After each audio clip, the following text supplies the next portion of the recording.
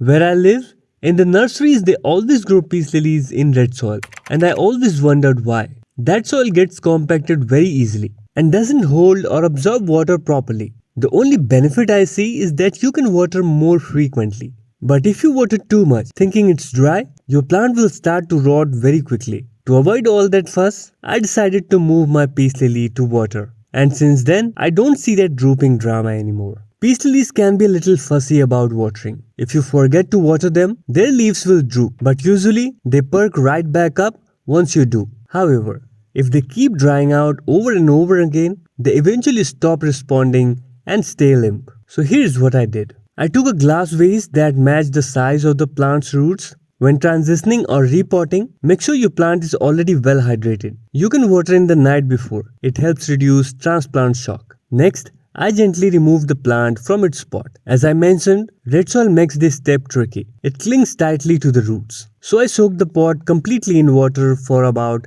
20 minutes to loosen the soil. After that, I tapped the sides of the pot and carefully slid the plant out. To remove the soil, you can wash the roots in a bucket of water or under running tap water. If you do it in the sink, use a drain strainer to prevent soil from clogging your pipes. Wash the roots gently and trim off any dead or black ones. Once the roots are clean, fill your glass vase with water. If your tap water has a lot of minerals, avoid using it. Go for filtered, rain or distilled water instead.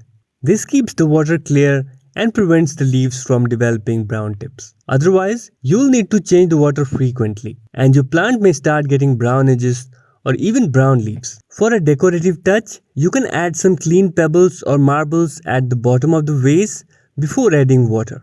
Just make sure they are rinsed thoroughly to keep the water crystal clear. Now, one more crucial step: fertilization. When growing plants hydroponically, feeding them becomes essential since there is no soil to provide nutrients. Use a well-balanced liquid houseplant fertilizer in a 2-liter vase or jar.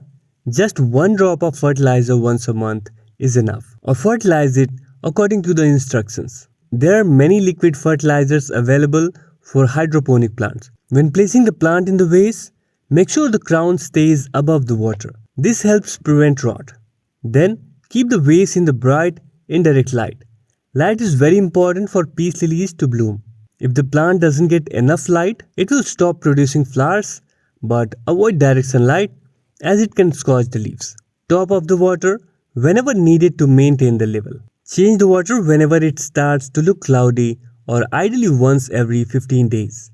If you notice algae growth, it means the vase is getting too much light. So move it to a slightly shadier spot. Too much sunlight encourages algae, which makes the water cloudy. To avoid drooping, also make sure your peace lily is not in the path of direct airflow. Peace lilies are sensitive to drafts. Cold or strong air can cause the leaves to droop and lose firmness. Now here's the most important part you don't want to miss. When you move a plant from soil to water, it goes through a transition period because the growing conditions change completely. In soil, roots get both air and moisture from small gaps in the soil, but in water, the roots are constantly wet and have less oxygen. So the plant has to grow new roots that can survive in water. During this transition, the plant might look stressed. Leaves can droop, turn yellow, or even die off. Once the new water roots grow, the plant adjusts, starts to recover, and produces fresh, healthy leaves again. So in short, your peace lily might struggle a little at first, but once it adapts, it will thrive beautifully in water. Hope you liked the information. Give this video a thumbs up and subscribe for more houseplants care videos.